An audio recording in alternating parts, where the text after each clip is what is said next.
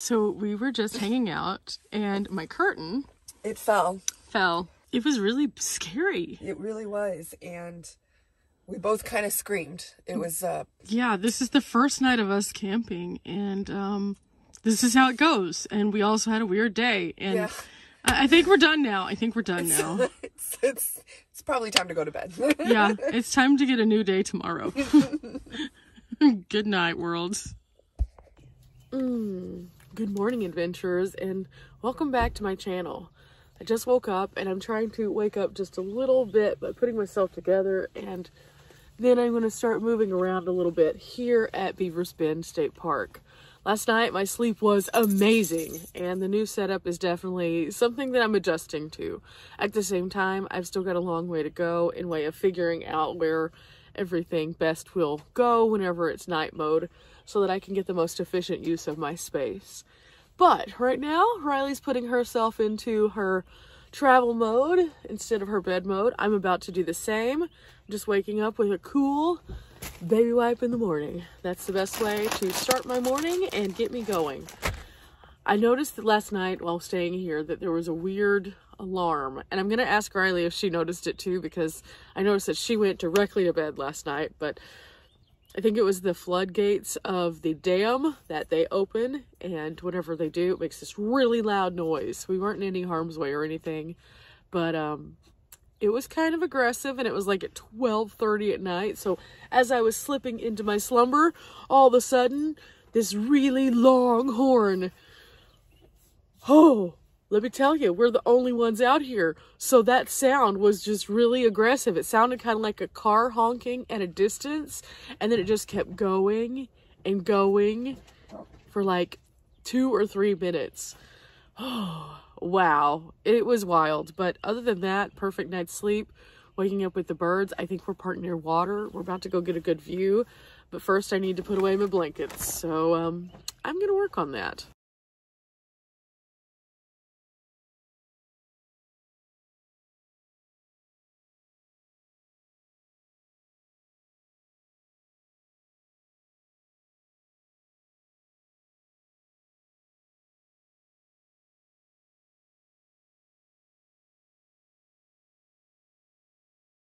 Okay, so I discovered a few things. I really enjoy the bed in not the full pull-out mode because it allows me to have a little bit more space in my floor at nighttime. And so last night I pulled it out with 2 of the panels and then put some pillows down here for support for my legs, and it seemed pretty good. But the bed not coming all the way down has some pros and cons. I like this because on cold nights, it keeps the cold from coming through the back door and hitting me and being like, oh, it's super cold, especially since my bed's not elevated. But one of the things is that then it doesn't go all the way to the end, so my feet can't go all the way down unless they're on the pillows. Now, with the pillows, it was fine. I felt so comfortable, and I like this mode because I can also have like a little lounge mode in here, which gives me couch mode, lounge mode, and then bed mode. So that's pretty nice, but the other thing about it is that with like this, where it's set up in this mode, I can actually just kind of sit in my bed mode for a bit and be super comfortable instead of having to immediately go into a lay down mode or using a pillow to prop me up. So those were kind of my first thoughts of the new setup so far. The curtain. Ah, the curtain. It is currently back in place. Last night, I think what happened was, as we were sitting in here, these bottom portions of the curtain kind of draped down, and I think we kind of bumped them a little bit, and in doing so, it put pressure on it, and this is not super stable.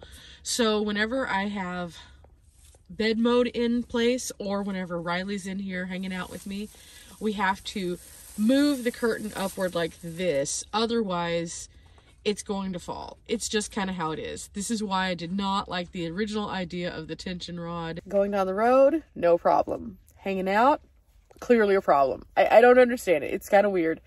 But I think I've gotten it back into place, but I am going to twist it a little tighter now that I have daylight. It's a little harder to maneuver things whenever it's dark because I just have my regular lights, or I have my lantern and my lantern hangs down. So it's like, okay, cool. So I need to address this today a little bit more. I'm also going to kind of just tidy up a little bit. I think that that's always a good thing. And oh goodness gracious, I am happy. Now, I am going to share the park adventures with you all in addition to anything else we do on my very next video. But I want to kind of show you around camp and things and what we're kind of doing on our first day on the road for this time, just so I can show you how things are functioning, if things are needing to be changed, what we're learning along the way. And I'll give you periodic updates like this as we travel, not necessarily every campsite, but kind of as we travel, if there's things that we see need to be adjusted, or if we just want to share a little day behind the scenes of what happens at camp. But for now, I have more to do. I need to put my bed in full-on couch mode. I've already put away my blankets, and now it's time for me to start doing the hard stuff. Meanwhile, Riley's over there working on her Subi. How'd you sleep, Riley? I slept really good. What'd you think about the big alarm? Yeah, that scared me. At first, I thought it was like a tornado warning, but then, I mean, there was no rain. There wasn't even any wind, so I was like, okay, it can't be a tornado warning. And then my mind decided, because I was so tired, like, oh no, it's like the aliens are coming. And I don't know why I thought that, but I was watching alien movies and it was something like that. So Riley sabotaging herself with a scary movie. Never! This is a thing, guys. That's what she does. So for those of you who do not know, Riley enjoys, like, somewhat torturing herself with the things she watches. If we're in the woods, she tries to watch scary movies about the woods. If we're by the ocean, she watches scary movies that involve the ocean. Or sometimes she pops off with an alien movie that absolutely terrifies her, or like a show about true crime. Okay, now that I've gotten that kind of under control, I'm gonna kind of walk around a little bit. We pulled in and it was pitch black.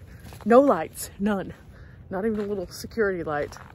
And this morning, I knew we'd wake up to something spectacular, but wow, this is cool.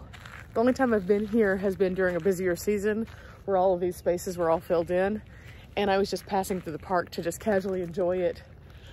Oh, but it's nice. It's super nice.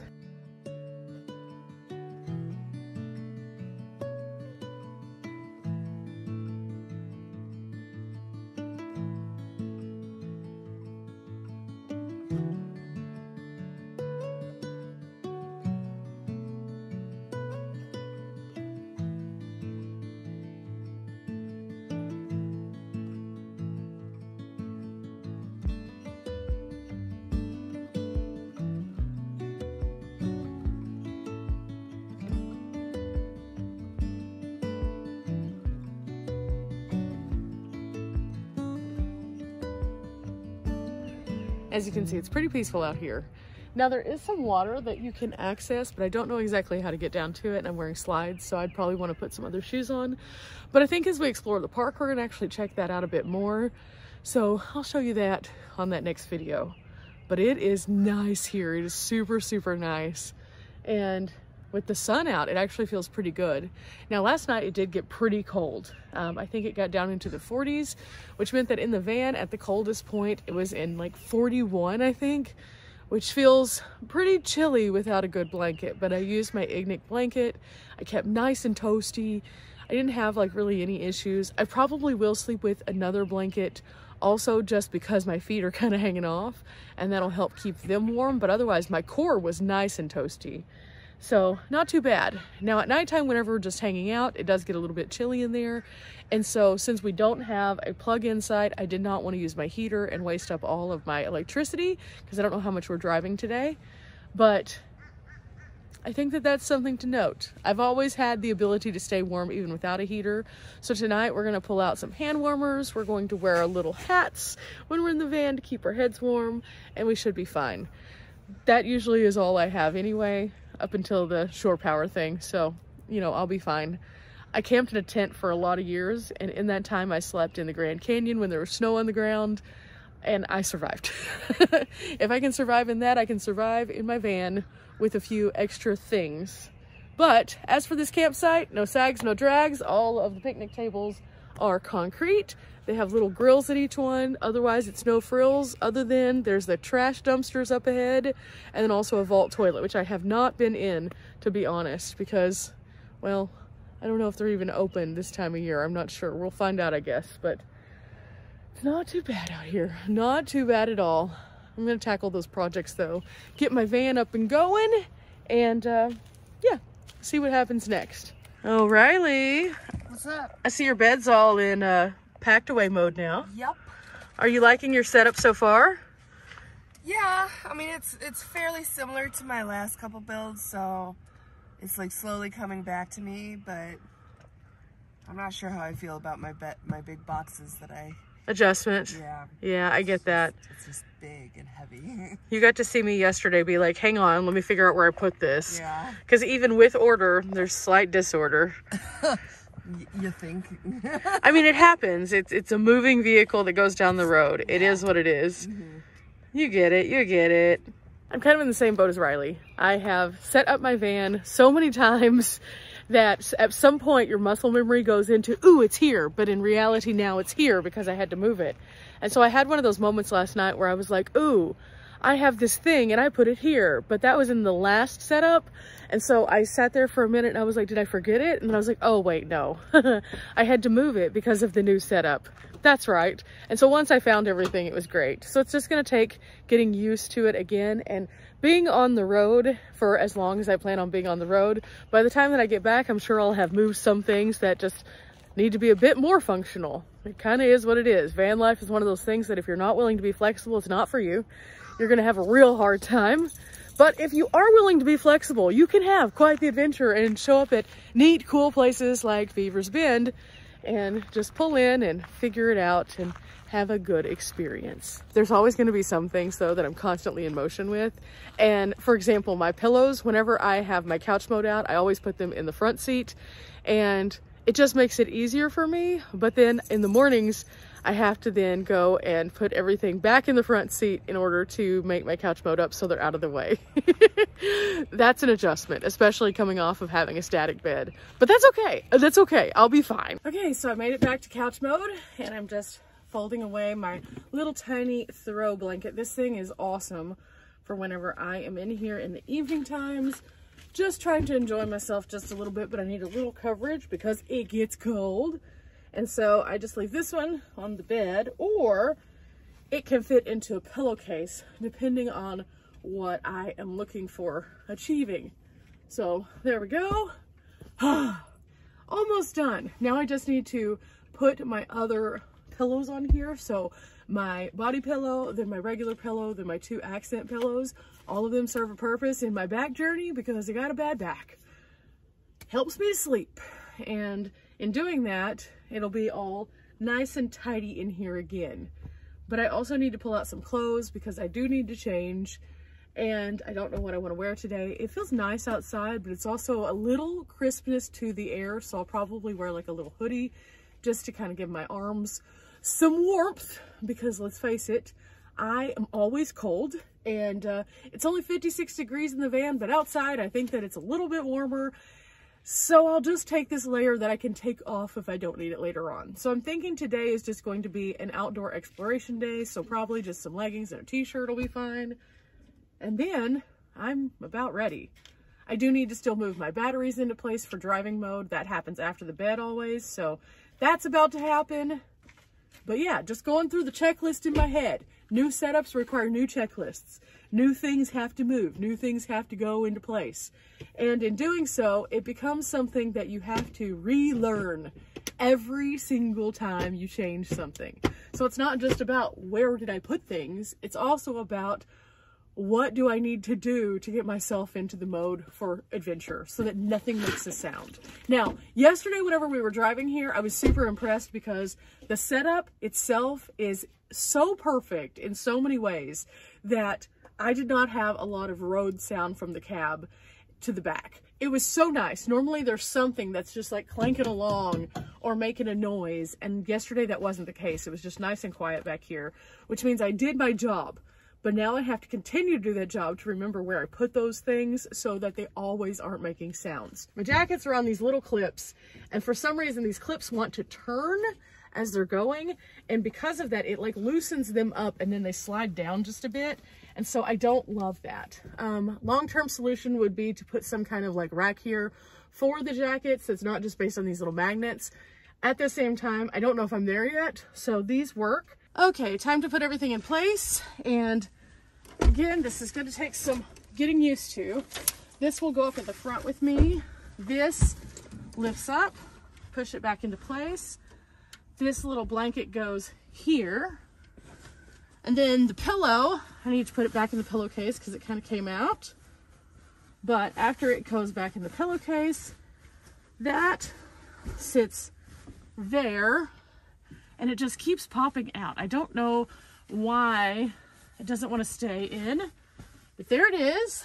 And then I have two little decorative pillows that go into place. And realistically,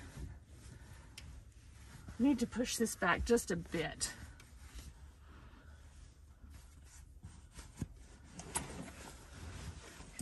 Okay, and here's the last one. Okay. The bed, I might actually tuck these a bit. I don't know what that'll look like. But as of right now, they sit out like this, kind of further out onto the edge. And that's done. Now for this next part, this battery is going to go over here by the seat organizer at the bottom. So this is the Pecron. It's down to 67%. And this is the one that normally I charge my fridge off of. Because it was freezing last night, I did not have my fridge on. That's pretty normal on super cold days, so you don't waste your power. You don't have to because it keeps the core temperature of it cold enough. However, before it gets warm in the day, you need to turn it back on. So I'm about to do that, but before I do, I have a little cord right here that comes out, and this is the one that actually charges the Pecron while I'm driving. And so I'm going to weave this through the handles so it doesn't have all of this extra cord out. So it goes through here and then over to the other side. And then after I've done that, then I just plug it into this input right here. And my van does not charge while it is not on. So this will not drain my battery in any way, shape, or form. But whenever I turn the van on in a few minutes, it'll start charging and I'll check it to make sure that it is. In the meantime, this is the cord that comes in from the refrigerator and I just plug it in here and then I activate the DC and it should start powering up in just a couple moments. Okay, fridge is on now, so now I don't have to do anything else with the power station. Now, additionally, I put this Vatid here, but then I have all of this cord left, and I don't like the cords out and about because then they're more likely to get untangled and then ultimately unplugged. And so what I do instead is I move this Vatid back out for a moment, and I tuck the cords into this little section right here so that at least if they're out and free-flowing, they're not in the van where I could trip if I had to get in. So it just keeps the floor space nice and free, so I don't have to worry about that. Most of the choices that I've made in my van in way of like fixing cords and doing things like that have all come at me learning the hard way from unplugging my fridge, unplugging my power station, tripping over something or doing something like that in my setup because I only have 35 square feet. Now, if I had a bit of a larger space, I might be able to run these under cabinets or behind things, but I do not. And so since I do not, I have to do with what I have. And that means sometimes creatively thinking of how will this run best, just so it's not open and out and in the way. Okay, this is a battery pack that I have that I was charging some things off of. It's at 12%. So I do need to charge this. I charge these while I'm going down the road off of my plug and play inverter, and that way I can have one in my bag at all times for my phone, and then I have a couple of them that run my lights. These I just found at Walmart.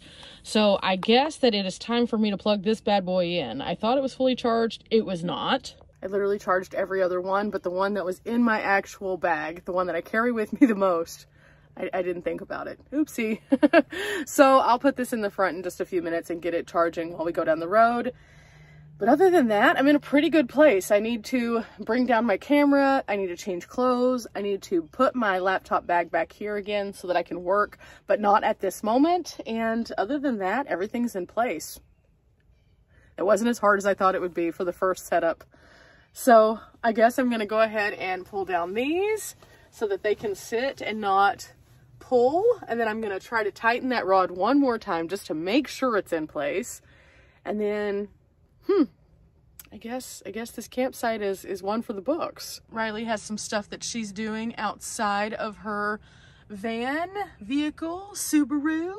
Okay, everything's in place. My trash is sitting here so I can take it out, and my shoes that I like to wear whenever I'm getting in and out of the van are right here in their little shower cap, keeping all the grubbiness off of my carpet. So that door's done. All of my window shades have already been taken down and put into place, and I've moved this little battery that I have to charge up here so I can close this door also. So there's that. Riley is finishing up with what she needs to do, and then we're going to drive over to the garbage and then start exploring for the day. It's a good way to wake up on our first day for sure. A lot better than a truck stop. Right, Riley? Yeah, absolutely. Nothing against truck stops. I've had more than my fair share of nights at a truck stop just because it was convenient, but it's nice to not be there. It's nice to just be at a nice natural space and hearing the birds first thing after you wake up in the morning. I'm gonna brush my hair because it's looking a little crazy, but other than that, I think today we're ready to go. It's a learning curve getting to know the new setup, but it's coming together, and surprisingly, it went much better than I thought it would for day one. Overall, I think this is going to be a great adventure series. We have so many things planned. We have so many places that we want to go, and it only starts here. You know, when we got on the road, things started out not so great. We went from both of our car batteries literally not starting to almost getting hit in a Walmart parking lot. But we kept going and we pushed through and we stayed positive, and through it all, we ended up here. And here is not so bad. There's going to be some bumps and bruises along the road. There's always going to be things that kind of irk you and that you need to work on. But if you can just keep a positive attitude about it, you can accomplish a lot of things that you may not think you can. And I think that that's why traveling like this is accessible to everyone. You just have to figure out your personal needs, wants, and hows on each and everything. And that's kind of what we're doing right now. I've been on the road off and on for 7 years, tent camping and then in my van. And I by far have not done everything there is to do even in that time frame. But there's so many things that I have done as a result of just taking a risk on trying something a little bit different that might be a little uncomfortable at first. Let me tell you, the van is at least a lot more comfortable than the tent was. Even with the setup and tear down, it's nothing in comparison. Here's to 7 more as we take off for the very first Oklahoma adventure. I think that was Riley's attempt at being excited this morning. We haven't had coffee. That could be a big determining factor. But remember, guys, we're not here for a long time, but we are here for a good time. Thank you for coming along during all of the ups and downs of getting on the road. I hope this is helpful to you guys who are starting out, so you can see that even if you've been on the road for a while, we don't have all the answers. It's just us living our lives. We're normal people. There's going to be pros, there's going to be cons, and there's going to be everything in between. Till next time, guys. Bye. Also, at some point, I'm pretty sure I need to wash my van. I have cat paws on it. Thanks, cats. Thanks.